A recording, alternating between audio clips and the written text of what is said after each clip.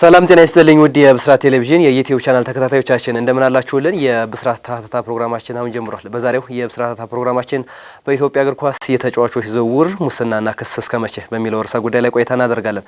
ፕሮግራሙን አዘጋጅቶ ወደ እናንተ በማድረሱ መላኩ ወልደሰንበትና እኔ አንተነህ ታረቀ ከመላው የስቱዲዮ ባለሙያዎች ጋር በጋራ አሁን አብረናችሁ ቆይታ እናደርጋለን። እስከ ፕሮግራማችን ፍጻሜ ድረስ አብራችሁን ቆዩ። መሌ እንዴት አለ? ሰላም ሁሉ ሰላም አለን። መልካም። በዛሬው የብስራት ፕሮግራማችን ዋነኛ ርዕሰ ጉዳይ አድርገን የመረጥነው ጉዳያችን የሚሆነው በኢትዮጵያ እግር ኳስ የተጫዋች ዝውውር ሙስናና ክስ እስከመቼ የሚለው ርዕሰ ጉዳይ እንዳርሳለን። በኢትዮጵያ እግር ኳስ ላይ አሁን በደንብ የተለመደ ነገር ሆኖ እየተቀጠለ ነው የሚገኘው። በተለይ ደግሞ በእግር ኳሱ ላይ የሚሰማው ሙስና ወይም ደግሞ ተጫዋቾች በተደጋጋሚ የሚያነሱት በእግር ኳሱ ላይ ቅሬታ ወይም ደግሞ ክስ የበረታ የመጣ እየተመለከትን ነው። በዛውም ልክ አስተዳደራዊ አካላቶቹ ወይም ደግሞ አስተዳዳሪው አካል ዝምታ መርጧል። ይህ ለምን ሆነ የሚለውን ጉዳይ በደንብ እንዳሰሳለን። ታሪካዊ ዳራውስ ምንድነው የሚለውን ጉዳይ በመጀመሪያ እንመለከታለን። ከዚህ በፊት የነበሩ ተሞክሮች ምንድናቸው? አሁን የመጣ ነው ከዚህ በፊትስ ምንድን ነበር የሚለውን እንላለን። እንዲሁም ደግሞ ምክንያቱስ ምንድነው? ተጫዋቾቹ በተደጋጋሚ ይህን ጥያቄ የሚያነሱት ለምንድን ነው? ዋነኛስ ምክንያቱ ምንድነው? ተጫዋቾች፣ አሰልጣኞች፣ አስተዳዳሪ ጉዳዮችስ ምንድናቸው የሚለውን ጉዳይም እንዳሰሳለን። እንዲሁም ደግሞ የመፍትሄ ሀሳቦችስ ምንድናቸው? በእግር ኳሱ ላይ ያሳደረው ተጽዕኖስ ምንድነው የሚለውን ጉዳይም እየዳሰስን ቆይታ እናደርጋለን። ዛሬ መሌ እንግዲህ የወቅቱ ትልቁ አጀንዳ ነው ዛሬ በደንብ የምንዳሰሰው። ሁላችንም እንደምናውቀው እንግዲህ ከድሮ እስከ ዛሬ በተጫዋቾችና አሰልጣኞች እንዲሁም በተጫዋቾችና አመራሮች መካከል ግጭቶች፣ አለመግባባቶች ሲደመጡ ለመጀመሪያ ጊዜ አይደለም። በተደጋጋሚ ጊዜ እንዲህ አይነት ነገሮች ይቀርቡ ነበረ። ነገር ግን ከቅርብ ጊዜ ወዲህ ግን የሚሰማው ነገር ግን ትንሽ ከበድ የሚልና ጉዳዩ በዝምታ መታለፍ የለበትም ብለን እንድንል የሚያደርግ ነው። እንግዲህ ከቅርብ ጊዜ ወዲህ አሰልጣኙ ገንዘብ ጠየቀ ወይም ደግሞ አመራሩ ኮሚሽን እየወሰደ ነው የሚል ቅሬታ፣ ተቃውሞ ሲቀርብ መስማት የተለመደ ነው። ግን ይህ ቅሬታ፣ ተቃውሞ ወይም ክስ ግን ከተቅሬታና ከተቃውሞ ጩኸት ያለፈ ለምን መሆን አልቻለም? ለምንድን ነው አብዛኛው ቅሬታ በማስረጃ ሳይደገፍ የቀረው? ሁሉም ነገር ወሬ ብቻ ለምን ሆነ? ይሄ ጉዳይ በቀጥታ የሚመለከታቸው አካላትስ እንዲህ አይነት ቅሬታ፣ ተቃውሞና ክስ ሲቀርብ ለምን ዝምታን መረጡ? አንድም አካል እስካሁን በሚቀርቡ ቅሬታዎች ላይ፣ ተቃውሞዎች ላይ ወጥቶ ጉዳዩን ሲቃወም ወይም ደግሞ እኔ እንደዚህ አይደለሁም፣ ይሄ ጉዳይ እኔን አይመለከተኝም ሲል አልሰማንም። ለምን የሚለው ጉዳይ በጣም መመለስ ያለበት እያንዳንዱን እግር ኳስ ወዳድ ቤተሰብ የሚመለከት ጉዳይ ይሆናል። እኔ ስፖርት ውስጥ ረጅም ዘመናት እንደቆየ አንድ የስፖርት ቤተሰብና እንደ አንድ ጋዜጠኛ አሁን በእግር ኳሱ ላይ እየተዘራ ያለው መጥፎ ዘር መቆም አለበት የሚል እምነት፣ አቋም አለኝ። እንደ ግል ብቻ ሳይሆን እንደ ጣቢያም ዛሬ ላይ ይህን ጉዳይ ዋነኛ አጀንዳ አድርገን የመረጥ ነው። ለእግር ኳሱ ላይ እየዘራ ያለው ዘር መጥፎ ስለሆነ ነው። ስለዚህ በዛሬ ጉዳያችን እነዚህን ጉዳዮች በደንብ አንስተን የምንፈትሽ ይሆናል። እንግዲህ እዚህ ጋር በደንብ መታወቅ ያለበት ነገር ዝምታ ወንጀልን ማበረታታት ነው አይደለ?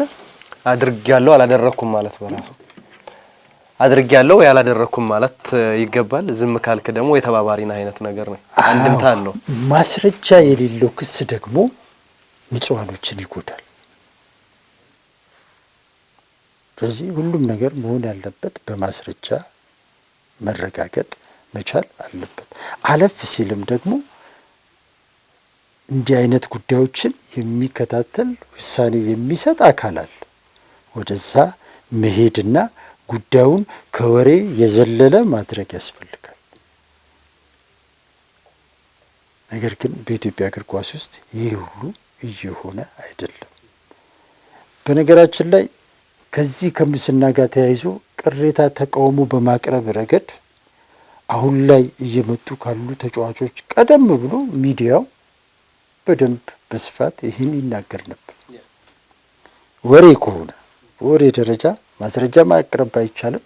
ነገር ግን ሚዲያው ቀደም ብሎ ከዚህ ከተጫዋቾች ዝውውር ጋር በተያያዘ ይናገር ነበር።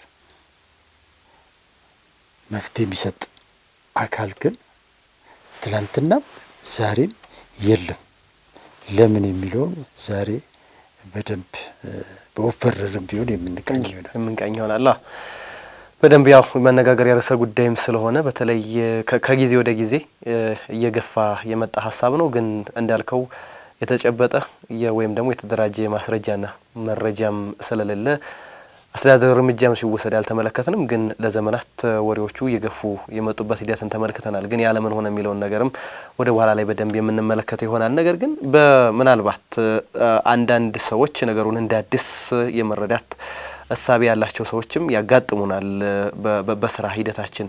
ግን በኢትዮጵያ እግር ኳስ ላይ ይሄኛው ወሬ የዛሬ ነው ወይስ የትናንት ምን ይመስላል የሚለውን ነገር ታሪካዊ ዳራውን ትንሽ ተመልክተን ወደ ዋናው ርዕሰ ጉዳያችን ብንገባ መልካም ነው። ማለት እንግዲህ ከዚህ ከተጫዋቾች ዝውውር ሙስና ወይም ቅሬታና ተቃውሞ ጋር ተያይዞ ያሉ ጉዳዮችን በተመለከተ ታሪካዊ ዳራዎችን በተወሰነ ደረጃ ማየት የሚያስፈልግ ይመስለኛል። እዚህ ጋር እንግዲህ ወደ 3 ያህል ነጥቦችን በዋናነት ማንሳት ያስፈልጋል። እንግዲህ እንዲህ አይነት ከሙስና ጋር የተያያዙ ቅሬታዎች፣ ተቃውሞዎች በኢትዮጵያ እግር ኳስ ላይ እንዴት ሊፈጠሩ ቻሉ? ከመቼ ጀምሮ መፈጠር ጀመሩ? እንዴትስ እያደገ እየተስፋፋ ሊሄድ ቻለ የሚለውን በደንብ መመልከት ያስፈልጋል። እንግዲህ ይሄ ጉዳይ መጀመሪያ ላይ በሁለት ነገር ከፍለን እንየው። ከ2000 ዓመተ ምህረት በፊትና በኋላ ያለውን እንመልከት። ከ2000 ዓመተ ምህረት በፊት በነበረው ወይም ደግሞ የኢትዮጵያ ፕሪሚየር ሊግ ከመጀመሩ በፊትና ከተጀመረ በኋላ ያለውን ጉዳይ ስንመለከት በዛ ጊዜ ላይ በነዛ ጊዜያት ላይ ከዚህ ከሙስና ጋር ተያይዞ የሚቀርቡ ቅሬታዎች፣ ተቃውሞዎች የሉም ማለት ባይቻልም ነገር ግን በዚህ ደረጃ የጎሉና የሰፉ አይደሉም። ምክንያቱ ደግሞ በዛ ዘመን ይህን ያህል ክለቦች በገንዘብ የደረጁ የጠነከሩ አልነበሩ። ስለዚህ እንዲህ አይነት ቅሬታ ተቃውሞዎች ብዙ አትሰማም። በአብዛኛው እንዲያውም የነበረው በዛ ጊዜ ላይ ትችላለህ አትችልም ነው ቅሬታዎቹ። ተቃውሞ አሰልጣኙ አይችልም፣ ይችላል፣ እከሌ ነው የሚችለው፣ እከሌ ነው የማይችለው የሚሉ ቅሬታ ተቃውሞዎች ነው የነበሩት። ኢንቨስትመንቱ አነስተኛ ስለሆነ እግር ኳስ ላይ የነበረው ትንሽ በዛ ጊዜ ላይ ለተጫዋች ዝውውር ለተጫዋቾች ገንዘብ አይሰጥም ማለት አይደለም። ነገር ግን ክለቦቹ ግን ከካዝናቸው የሚያወጡት ገንዘብ አልነበራቸው፣ ውስን ነበረ። በዛ ዘመን ላይ ክለቦች ያደርጉ የነበረው ደሞዝ መጨመር፣ ከዛ በኋላ ደሞዝም በደረጃ መክፈል ነው። አንደኛ ደረጃ፣ ሁለተኛ ደረጃ፣ ሶስተኛ፣ አራተኛ ደረጃ የሚባል አለ። የትኛውም ተጫዋች ቢመጣ ከነዚህ ከአራቱ አንዱ ጋር እንዲያርፍ ይደረጋል። ብዙ ቅሬታና ተቃውሞ የለም። ነገር ግን በዛ ሂደት ውስጥ ግን ያን ጊዜም ምንም ነገር የለም ማለት ባንችልም፣ ነገር ግን ብዙ ቅሬታና ተቃውሞዎች በተጫዋች ዝውውር ላይ አልነበረም። ካለም የሚኖረው በዛ ጊዜ የነበረው ችግር ምንድን ነው? አማተሪዝም የበዛ ነበር። ተጫዋቹ ወደ ክለብ ሲመጣ በቃ የመወሰን ትልቁ ስልጣን ያለው አሰልጣኙና አሰልጣኙ። በዚህ ምክንያት አሰልጣኙ ላይ ይችላል አይችልም የሚል ቅሬታ ተቃውሞ ይቀርብ ነበር። ያን ጊዜ ላይም አሰራሩ ፕሮፌሽናል አልነበርም። በቃ አሰልጣኙ የፈለገውን ተጫዋች ያመጣል። እንዴት ነው የሚያመጣው? ምን አድርጎ ነው የሚያመጣው? ምን የሚታወቅ ነገር በቃ ይሄ ተጫዋች ይምጣልኝ ካለ ይመጣል። ከዛ ደሞዝ ነው የሚደራደረው። ደሞዝ ክለቦቹ ነው የሚከፍሉት። ከዛ ውጪ በዛ ጊዜ ላይ ተጫዋቹ የሚያገኘውም ጥቅም አልነበረው። ከክለብ ካዝና የሚወጣ ገንዘብ ካለ ምናልባት የተጫዋቹ ቅድመ ደሞዝ ነው። የ3 ወር የ6 ወር አንዳንዶቹ የዓመት ደሞዝ ሊከፍሉ ይችላል። እሱን ይሰጣሉ። በዛ ምክንያት ተጫዋቾች ከክለብ ክለብ የመምረጥ ነገር አለ። በአብዛኛው በዛ ጊዜ ላይ ለተጫዋቾች የኪስ ገንዘብ ወይም ጉርሻ እያሉ እንደ ፊርማ ክፍያ ይከፍሉ የነበሩት ኢትዮጵያ ቡናና ቅዱስ ጊዮርጊስ ናቸው። ሌሎቹ ክለቦች እንደነገርኩ ከቅድሚያ ደመወዝ ውጪ አይሰጡም።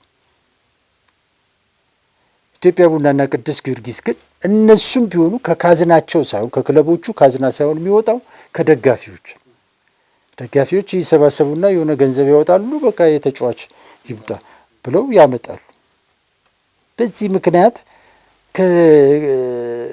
ከደጋፊው ኪስ ስለነበረ ገንዘቡ የሚወጣው ብዙ ቅሬታ፣ ተቃውሞ አልነበረም። ስለዚህ ተጫዋቾች በዚህ አምነው ተቀብለው ይኖሩ ስለነበረ ብዙ ቅሬታ የሚቀርብ አልነበረም። ነገር ግን ከ2000 ዓመተ ምህረት በኋላ ግን የኢትዮጵያ ፕሪሚየር ሊግ በደንብ እየተስፋፋ ሲመጣ፣ የክለቦች ቁጥር እያደገ ሲመጣ፣ የቴሌቪዥን መብት ሲመጣ፣ የግል ተቋማት ስፖርቱን በስፖንሰርና በተለያዩ ምክንያቶች መደገፍ ሲጀምሩ እግር ኳሱ ገንዘብ ማምጣት ጀመረ። በቃ በተለያየ መንገድ ወደ እግር ኳሱ የሚፈሰው ገንዘብ ከጊዜ ወደ ጊዜ እየበዛ መጣ። በተለይም ደግሞ የከተማ ክለቦች ወይም የመዘጋጃ ቤት ቡድኖች እየበዛ መምጣት የገንዘብ ፍሰቱን እንዲጨምር አድርጎታል። ይህ ደግሞ በተጫዋች ዝውውሩ የሚወጣውን ወጪ ከፍ እንዲል፣ የተጫዋቹ ደሞዝ ከፍ እንዲል አድርጎታል። እንዲሁም ከተጫዋቹ ደሞዝ በላይ የተጫዋች ፊርማ ክፍያ እየተባለ የሚከፈለው ክፍያ የትየለሌ ሆነ። 2000 ላይ አስታውሳለሁ ቅዱስ ጊዮርጊስ ሳላዲን ሰይድ፣ አዳነ ግርማንና ሱሌማንን ከባንክ ከአዳማና ከአዋሳና ከሙገር ሲያመጣ ወደ 65,000 እስከ 75,000 ብር ድረስ ከፈለ የፊርማ ክፍያ። ያን ጊዜ ነው ከፍተኛው ክፍያ የተጀመረው። እንዳልኩ ከዚያ በፊት 97 98 ላይ ነበረ 15,000 20,000 ምናምን እያለ 80ዎቹ መጨረሻና 90ዎቹ መጀመሪያ ላይ 10,000 ምናምን የምትል ነበረች። እንዳልኩ ከደጋፊ ኪስ የሚከፈል ነበር። ከነዚህ ከ2000 ዓመተ ምህረት በኋላ ግን ክለቦች ራሳቸው ከካዝናቸው እያወጡ ለተጫዋቾች ደሞዝ፣ የፊርማ ክፍያ መክፈል ጀመሩ። እንግዲህ እንደነገርኩ 2000 ላይ 65,000 ብር ነበር ይህ ክፍያ። ከ2 ዓመት በኋላ 2002 ላይ ደደቢት 120,000 ብር አደረሰና የአሁኑን የመቻል አሰልጣኝ ሙልጌታ ምረትን ከሐዋሳ ወሰደ። ከዛ በኋላ 2004 ላይ ወይም 2003 መጨረሻ ኢትዮጵያ ቡና ዋንጫ በላና ደግሞ ቅዱስ ጊዮርጊስ ምን ያህል ተሾመን ከኢትዮጵያ ቡና በ300,000 ብር ክፍያ ወሰደ። ምን ያህል በወቅቱ ኢትዮጵያ ቡና በጣም የሚፈልገው ቁልፍ ተጫዋች ነበር። ከቡና የሚያደገ ተጫዋች ነው። እኔ በግል በደንብ አውቀዋለሁ ከወጣት ቡድን ጀምሮ። ነገር ግን ቡና 300,000 ብር ካላመጣችሁ አልጫወትም፣ 300,000 የሚከፍለኝ አግኝቻለሁ አለ። ከዛ ወጣ፣ እዛ ገባ። እንግዲህ እንዲህ እያለ እየጨመረ መጣ። 2005-6 ድረስ አስታውሳለሁ የተጫዋቾች ደግሞ 3,000 ብር ነበር ደሞዛቸው። 3,000 ብር በደንብ የምናስታውሰው ነው። በደንብ የምናውቀው 2005 ላይ 2006 3,000 ብር ነው ደሞዛቸው። ግን በዛ ጊዜ ግን 300,000 ብር የዝውውር ክፍያ ይከፈል ነበር። አሁን ላይ 300,000 ብር የሚከፈለው ተጫዋች ሁለተኛ ወይም ሶስተኛ ደረጃ የሆነ ተጫዋች ነው። እስከ 600,000 ብር ተጫዋቾች በደሞዝ ማግኘት ጀምረዋል። ስለዚህ ይህ የገንዘብ ፍሰት በየጊዜው እየጨመረ መምጣት በተጫዋቾችና በአሰልጣኞችና በአመራሮች መካከል አለመግባባቶች፣ ልዩነቶች እንዲፈጠሩ አድርጓል። እዚህ ጋር ስለምን ያህል ሳነሳ አንድ ነገር ትዝ አለኝ። 2005 ላይ ምን ያህል የኢትዮጵያ ብሔራዊ ቡድን ተጫዋች በነበረበት ሰዓት በአሰልጣኝ ሰውነት ቢሻው ስር በነበረ ሰዓት ላይ ለተጫዋቾች ለእግር ኳስ ተጫዋቾች የሚከፈል ክፍያ እንደነገርኩ ምን ያህል 300 ሺህ ብር አግኝቷል በዝውውር ደሞዙ ግን 3 ሺህ ብር ነው። ስለዚህ አነስተኛ ነበር ክፍያው። ስለዚህ አንድ ጊዜ ልምምድ ሰሩና ብሔራዊ ቡድኑ ወደ ሰርቪስ ሊገቡ ሲል ሰርቪሱ ጋር ተገናኘንና ቆመን እናወራለን። ቆመን ስናወራ የሆኑ አትሌቶች የሚገርም መኪና እየነዱ ወደ ስቴዲዮም ይገባሉ። ከዛ አያቸው ምን ያህል ከዛ አያቸውና መለያየሻቸው አለ። ምን ነው ምናምን እለዋለሁ። እንደዚህ አይነት እኮ ገራሚ መኪና ዓለም ላይ የሚነዳው እኮ እግር ኳስ ተጫዋች እንጂ አትሌት አይደለም። እኛ ሀገር ግን እግር ኳስ ተጫዋቹ በእግር ነው የሚሄደው፣ አለፍ ካለ በላዳ ነው አለ። አትሌቱ ግን ይኸውልህ ይሄን የመሰለ መኪና ያሽከረክራል እና እኛም እችን ብር አገኘ ተብለን ይኸው ስንት ጠላት አብዝቻለሁ ምናምን ብሎ ያሳቀኝ ነገር አለና ያን ጊዜ ላይ የሚከፈላቸው ክፍያ ተጫዋቾች ይነስም ይብዛ አነስተኛ ሊባል የሚችል ነበር በአንጻራዊነት። አሁን ክፍያው ማደጉ አለማደጉ አይደለም ብዙ የሚያነጋግረው አይደለም፣ ግን በተከፈለው ልክ ግን እግር ኳሱ የሚፈለግበት ደረጃ ሰጥቷል። ለዛ ክፍያ የሚመጥን ነው ተጫዋቹ የሚለው ነገር ይዘን ከዚህ ጋር ተያይዞ እንግዲህ ተጫዋቾች ቅሬታ ተቃውሞ ማቅረብ የጀመሩበትን ሁኔታ ትመለከታለህ። ከገንዘቡ ማደግ ጋር ተያይዞ የመጣ ቅሬታ ነው። እሱም ከ2000 ዓመተ ምህረት ጀምሮ የመጣ ነው። ሌላው እንግዲህ ይሄ ቅሬታ የተቃውሞ እየተስፋፋ እንዲመጣ ያደረገው ደግሞ የማህበራዊ ሚዲያ መፈጠርና የመረጃ ፍሰቱ እጅግ ፈጣን መሆኑ ጋር ተያይዞ እንደዚህ አይነት ቅሬታዎች፣ ተቃውሞዎች እንዲበረቱ አድርጓል። እንግዲህ አሁን ላይ ማህበራዊ ሚዲያ ከየትኛውም ሚዲያ በፍጥነቱ የሚታወቅ ነው። ቶሎ ተደራሽ ነው፣ ፈጣን ነው። ከዛ ጋር ተያይዞ ተጫዋቾች ከአሁን ቀደም ቅሬታ ተቃውሞ ለማቅረብ ሚዲያ ጋር መምጣት አለባቸው። ሚዲያ ጋር ሲመጡ ደግሞ ማስረጃ ያስፈልጋቸው። ስለዚህ አሁን አቋራጭ ያደረጉት ነገር ምንድነው? ወደ ማህበራዊ ሚዲያ በመሄድ እዛ ላይ ማህበራዊ ሚዲያ ላይ ኤዲቶሪያል የለም፣ ማንም የፈለገውን የሚገልጽበት ነው። ስለዚህ ሲፈልጉ ራሳቸው ሳይፈልጉ ደግሞ በሚፈልጉት አካል እየከፈሉ ጭምር ቅሬታ ተቃውሞ ስፖርቱ ላይ እንዲዘራ እየተደረገ ነው።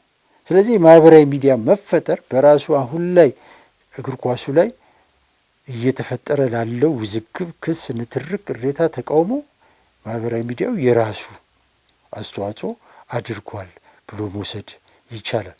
በአጠቃላይ ይህ ቅሬታ ይህ ተቃውሞ የተጀመረው ዛሬ ላይ ብቻ ሳይሆን ቀደም ሲል ከነበረው ጊዜ ጀምሮ ያን ጊዜም እንዳልኩ በአንድ ግለሰብ የበላይነት ላይ የተመሰረተ ነበር።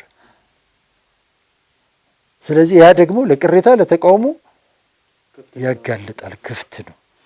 ስለዚህ ቅሬታና ተቃውሞ ዛሬ የተጀመረ ሳይሆን ደረጃው ነው የሚለያየው እንጂ ከበፊት ጀምሮ እግር ኳሳችን ላይ የነበረ ነው ብሎ መናገር ይቻላል። አዎ ምናልባት የሰዎች ሀሳብ እንደዚህ አይነት ነገሮች አሁን እየበረቱ ሲመጡ ዛሬ ኖረ ስለሚመስላቸው ያንኛውን ነገር ለማጥራት ጥሩ ሀሳቦችን አነሳን። ምናልባት ቅድም ያነሳው እንደ ምክንያትነት የተጠቀሰው የገንዘቡ መጨመር እንደ ትልቅ ምክንያት ሊወሰድ ይችላል። ገንዘቡ ሲጨምር የተጫዋቾች ክለቦች ለመግባት ያንን ገንዘብ ለማግኘት የሚያደርጉት ጥረት አለ። ከብቃታቸው ባሻገር ያን ነገር ለማግኘት ደግሞ ከአሰልጣኝ ጋር ከአመራር ጋር የሚገናኙበት መንገድ ሊኖር ይችላል።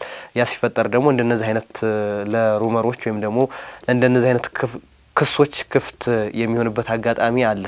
የኛው እንደ አንድ ምክንያት ይነሳል። ቅድም ያነሳውም ደግሞ የሶሻል ሚዲያ ወይም ደግሞ የማህበራዊ ሚዲያ ተጽዕኖ ምንም ጥያቄ የለውም። አሁን ላይ ባለው በደንብ እግር ኳሱ ላይ ወይም ደግሞ ስፖርታዊ ሀሳቦች የሚሆን ሌሎች ሀሳቦችን በደንብ የሚሸራሸሩበት ስፍራ ያኛው ሆኗል። ይሄኛው ኤዲቶሪያል ስላለው ሰንሰር ስለሚደረግ እንደዚህ አይነት ሀሳቦች ላያስተናግድ ይችላል ሚዲያው እንደ ተቋም። ይሄኛው ግን ያንን ነገር በደንብ ማስተናገድ ስለሚችል ለዛ አይነት ነገር በጣም የተመቸ ነው። ሀሳቦች በየደቂቃው ብዙ ሀሳቦች የሚሸራሸሩበት ነው። ማንም የፈለገውን ማውራት ይችላል። ያንን ሀሳብ ደግሞ ብዙዎች ይቀበሉትና ደግሞ መልሰው የሚያስተጋቡበት ሀሳብ አለ። አንዳንዴ ሀሳቦችም ሲደጋገሙ እውነት የሚመስሉበት ሀሳብ ስላለ ምናልባት የሶሻል ሚዲያው ተጽዕኖ በደንብ አሁን በተለይ ለኢትዮጵያ እግር ኳስ ጥሩም ይሁን በጎም ይሁን መጥፎውን ግን ጥሩ እየተሰራ ለራሱ በእግር ኳሱ ላይ መጥፎ የሚገንበት ሀሳብ አለ። ያ ደግሞ መጥፎ የሚገንበት ሀሳብ ይሄኛው ሶሻል ሚዲያን በመጠቀም በውስን ሰዎች በደንብ እነዚህ አይነት ሀሳቦች የሚዘሩበት ስላለ የኢትዮጵያ እግር ኳስ እንዲህ ነው ተብሎ እንዲወሰድ የሆነበት ሀሳብ አለ። ምናልባት ሀሳቡ የለም አለ የሚለው ነገር ምናልባት የለም ልትል አትችልም። መጥፎ ሀሳቦች አሉ፣ በእግር ኳሱ ላይ የሚሰሩ ስራዎች አሉ። ያንን የሚክድ ያለ አይመስለኝም። ግን በዚህ ልክ ነው ወይ የሚለው ነው አሁን በደንብ መነጋገሪያ የሚሆነው ወይም ደግሞ እግር ኳሱን ምን ያክል ያድነዋል የሚለውና ይሄ እንደው ምናልባት ምክንያቶችን በደንብ ለማስረዳት ከተጫዋቾችና ከአሰልጣኞች ጋር ያለውን ነገር በደንብ ብናነሳው መልካም ነው። ተጫዋቾች ለምንድን ነው ወደዛ አይነት ነገር ወደ ክስ የሚሄዱት? አሰልጣኞችስ የሚለውን ነገር በደንብ እናንሳው። ይሄኛው የገንዘቡ ጉዳይ እንዳለ ሆኖ ገንዘቡ ሲጨምር ወይም ደግሞ አሁን ቅድም ያነሳቸው የሶሻል ሚዲያም ተጽዕኖ እንዳለ ሆኖ ግን የተጫዋቾችንና የአሰልጣኞችንም እንመልከት። አዎ እንግዲህ እንዳልኩ ቀደም ሲል እንደዚህ አይነት ቅሬታዎች የሙስና ስር እየሰደደ ነው፣ ሙስና በኢትዮጵያ እግር ኳስ ላይ ተንሰራፍቷል በማለት ረገድ ወይም እንዲህ አይነት ወሬዎችን ወደ አደባባይ በማምጣት ሚዲያው ቀዳሚ ቢሆንም አሁን ግን ከቅርብ ጊዜ ወዲህ ግን ዋነኛ ተዋናይ በዚህ እንግዲህ የዝውውር ጉዳይ ሲነሳ ዋነኛ ተዋናይ የሚባሉት ተጫዋቾቹና አሰልጣኞቹ ናቸው። ከዛ አመራሮቹ ናቸው አይደለ? በዋናነት የምጠቅሰው እነዚህ ናቸው። ለመደራደርም ምንም ለማድረግ የመጀመሪያዎቹ ሰዎች ከነዚህ አካላት መካከል አንዱ የሆኑ ተጫዋቾች ሰሞኑን በተለያዩ ማህበራዊ ሚዲያዎች ላይ እንደምንከታተለው ቅሬታ፣ ተቃውሞ እያቀረቡ ይገኛሉ። አሰልጣኞች ገንዘብ ይወስዳሉ፣ አመራሮች ገንዘብ ይወስዳሉ፣ ይቀበላሉ እያሉ እየተናገሩ ነገር ግን አንድም ተጫዋች በማስረጃ አስደግፎ ግን እከሌ ገንዘብ ወስዷል ይኸው ማስረጃው ያለ ግን የለም። ተጫዋቾች ለምን በዚህ ደረጃ ማቅረብ አልቻሉ? እንደወሰደ ከሰሙ እንደወሰደ ካወቁ ማስረጃ ካላቸው ማጋለጥ ነው። እንደዚህ አይነት ነገር እኮ ለእግር ኳሱ አይጠቅም። አለፍ ሲል ደግሞ ወንጀል ነው፣ ኃጢአት ነው አይደል? ስለዚህ ነገር ግን ይህን ማድረግ ተጫዋቾች አልቻሉ። ለምን የሚለውን እንመልከት። መጀመሪያ ተጫዋቾች እኔ እዚህ ስፖርት ውስጥ ረጅም ጊዜ እንደመቆየት መጠን የሚገባኝ አንድ ነገር አለ። ተጫዋቾች የስራ ዋስትና የላቸውም። እንዲህ አይነት ነገር ሲናገሩ ማን ነው ከነሱ ጋር የሚቆሙ? ይህንን ለመከላከል የሚያስችል የአሰራር ስርዓት አለ ወይ በኢትዮጵያ ብለህ ስትል ምንም ነገር የለም። ስለዚህ በመናገራቸው ይጎዳሉ እንጂ አይጠቀሙ። መጎዳታቸው ብቻ ሳይሆን እነሱ ተጎድተውም ቢሆን እግር ኳሱ የሚለወጥ ቢሆን እስከዚያ ድረስ መስዋዕት ለማድረግ ሊሄዱ የሚችሉ ልጆችም ሊፈጠሩ ይችላሉ። ነገር ግን እንደዛ ሁሉ ተደርጎ ግን እግር ኳሱ ሊለወጥ የሚችልበት የአሰራር ስርዓት አለመኖር ተጫዋቾች በቀጥታ ይጎዳሉ። አንድ ታሪክ ልንገርክ። 1991 ዓመተ ምህረት የኢትዮጵያ ብሔራዊ ቡድን ከኤርትራ ጋር ሊጫወት ደብረ ዘይት ላይ ብሔራዊ ቡድኑ ልምምድ ገባ። እዛ ልምምድ ሲገቡ ያረፉበት ሆቴል ከስር ናይት ክለብ አለው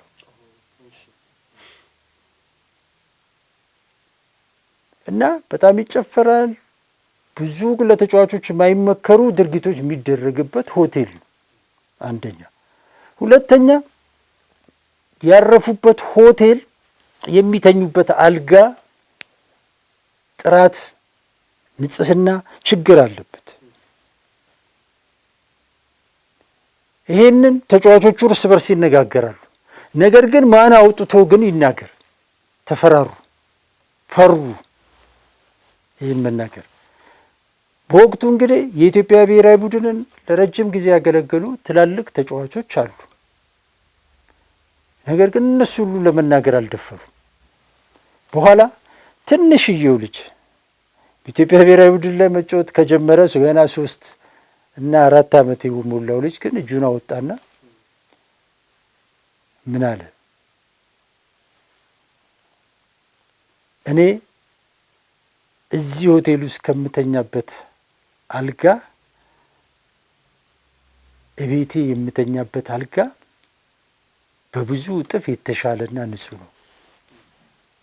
ስለዚህ የሚመጥነኝ ሆቴል ላይ እየተኛው እያረፍኩ አይደለም። ከንጽህና ጋር ተያይዞ ነው። ከጸጥታ ጋር ከደህንነት ጋር ተያይዞ ያረፍንበትም ሆቴል ምቹ አይደለም። ስለዚህ ሀገርን እየወከልን እንዴት እዚህ ሆቴል ላይ እናርፋለን ሲል የፌዴሬሽኑ አመራሮች በተሰበሰቡበት ተናገረ። ይሄ ተጫዋች አንተነህ ፈለቀ ነው። አንተነህ ፈለቀ በዛ ጊዜ እንግዲህ በጣም ልጅ ነው። ነገር ግን አንተነህ ፈለቀ ከዛ በኋላ ግን የገጠመው ቅጣት ነው። ከብሔራዊ ቡድን መባረር፣ ተባረረ። ማን ቆመለት? ማንም አልቆመለት። ምናልባት በወቅቱ ቅዱስ ጊዮርጊስ ነበር የሚጫወተው አንተነህ። ቅዱስ ጊዮርጊስ ባይገባ አንተነህ ባይጫወት ምን ነበር የቀጣይ የእግር ኳስ ህይወቱ የሚሆነው? ይሄን ያልኩት ለምንድን ነው? በወቅቱ በቅዱስ ጊዮርጊስና በፌዴሬሽኑ መካከል ልዩነቶችም ስለነበሩ። ስለዚህ ተጫዋቾችን የሚጠብቃቸው አካል የለም። ስለዚህ ለዘመናት እያረሩ እየተበሳጩ ችለው ኖረዋል። እኔ ስፖርት ውስጥ ረጅም ጊዜ እንደመቆየት መጠን በዚህ ችግር ውስጥም ሆነው የሚናገሩ ተጫዋቾች ግን ነበሩ። የተወሰኑ ተጫዋቾች ራሳቸው መስዋዕት እያደረጉ ብዙ ኢንተርቪው ያደረግኳቸው አንተነህን ጨምሮ በርካቶች አሉ የሚናገሩ። ድሮ ላይ በቃ የምታገኘው ገንዘብ ያን ያህል እንትን ከገንዘቡ በላይ ስሜቱ ነው፣ ፍላጎትህ ነው የሚያሸንፉ። አሁን ላይ ደግሞ ከስሜት በላይ ከፍላጎት በላይ ደግሞ ገንዘብ ተጨምሯል። ስለዚህ ተጫዋቾች እንዴት ብለው ነው ወጥተው አሰልጣኙን ስም ጠርተው አመራሩ ስም ጠርተው የሚናገሩት? አይናገሩም። ለዚህ ነው በጅምላ የሚናገሩት። አንዱና መሰረታዊ ምክንያት ይሄ እንደሆነ አውቃለሁ። ከዛ ውጪ ግን አንዳንድ ተጫዋቾች ወይም ደግሞ አሁን ላይ እየወጡ የሚናገሩ ተጫዋቾች ይህንን እያወሩ ያሉት በትክክል ሜዳ ላይ በተግባር ያለ ነው ወይም እነሱ በሚያወሩት ልክ ነው ወይ ችግሩ ያለው የሚለውንም ማየት ያስፈልጋል። እኔ ገንዘብ አይበላም ምን አይልም የሚል ነገር የለኝም። ለእኔ ሙስና ከተጫዋቹ አሰልጣኙ ገንዘብ መውሰዱ ብቻ ሳይሆን ተጫዋቹ በትክክል የሚከፈለውም ገንዘብ ለእኔ ሙስና ነው። ምክንያቱም በሚመጥነው ልክ ተመዝኖ ተለክቶ አይደለም ለተጫዋቹ የሚከፈለው የሚል አቋም አለ፣ እምነት አለ። ይህ ራሱ ልክ አይደለም። ነገር ግን አሁን አንዳንድ ተጫዋቾች የሚሉት ግን በትክክል ነገሮችን ማጤን ያስፈልጋል። እኛ የምንናገረው አሁን ግለሰብ የማጥቃት የመደገፍ የመከላከል ጉዳይ አይደለም። ይሄ እግር ኳስ ጉዳይ ነው። እግር ኳስ የሁላችንም የሌቦቹ ብቻ ሳይሆን የንጹሃኖቹም ነው። ስለዚህ ይሄ ብዙዎች የሚወዱትን እግር ኳስ የሚያጠለሽ ነገር ግን መደረግ የለበትም ከሚል እሳቤ ነው የምንናገረው። ስለዚህ አንዳንድ ተጫዋቾች አሁን ላይ እየተናገሩ ያሉት ከግል ስሜትና ፍላጎታቸው በመነጨ ነው። 15 ዓመትና ከዛ በላይ 20 ዓመት የተጫወተ ተጫዋች በዚህ ዘመን ለምን አልተያዝኩም ብሎ የሚናገር ከሆነ ይሄ እግር ኳሱን አይወድም። ማንም አሰልጣኝ ቢሆን ዓለም ላይ 15 20 ዓመት የተጫወተ ተጫዋች ለመያዝ ፈቃደኛ አይደለም። ስለዚህ ስላልያዝክ አትችልም፣ ሌባ ነህ እየተባልክ ታርጋ ሊለጠፍብህ አይገባም። አንዳንድ አስተያየቶች እኔ ከዚህ አንጻር ነው ማየው። በቃ እነማን ናቸው እየሰጡ ያሉት? ለምንድን ነው የሚሰጡት? ምንድን ነው ዓላማው? በቃ ድሮ ስጮት ፈራዋልክ።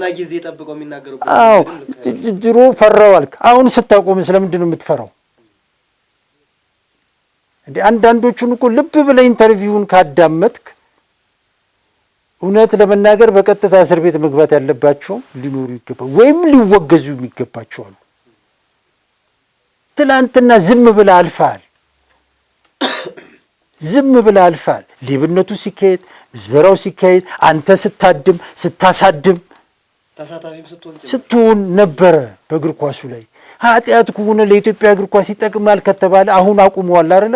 ትላንት እንዲህ ሰርቼ ነበረ። በቃ እኔ መሆን ካለበት ለኢትዮጵያ እግር ኳስ የሚጠቅም ከሆነ በቃ እኛም ተጠያቂ ነን። ተሳትፈ ብቻ እኮ አይደለም፣ ባየ በሰማም እኮ ህግ ይጠይቃል አይደለም እንዴ? ለምሳሌ አንድ ሰው ሞቶ እዚህ ጋር እያየክ አልፈ ብትሄድ እኮ ትጠየቃለህ። መርዳት አልቻልክም፣ መርዳት ነበረብህ፣ መረጃ መስጠት ነበረብህ ተብለህ እኮ ትጠየቃለህ። አሁን ግን እየሆነ ያለው እግር ኳሱ በጅምላ እየተጨፈጨፈ ማን ነው ሌባ ማን ነው ንጹህ የሚለው ነገር አልተዋወቀም። የኢትዮጵያ እግር ኳስ ሌባ ነው እየተባለ እየተነገረ ነው ያለው። ይሄ ሊያመን ይገባል እንዴ! ሊያመን ይገባል እንዴ! እንነጋገር ከተባለ ሁላችን ባየ በሰማ የሚመለከተን ከሆነ እኔም ወንጀለኛ ነኝ፣ አንተም ወንጀለኛ ነህ፣ የስፖርት ቤተሰቡም ወንጀለኛ ነው እኮ የሚሆኑ። ሰምቶ ለውጥ እንዲመጣ ክለቡ ላይ ምን አደረገ? ስለዚህ ይሄ አይጠቅምም። ለኢትዮጵያ እግር ኳስ የሚጠቅም ከሆነ በግልጽ መናገር፣ ራስህንም ተጠያቂ ማድረግ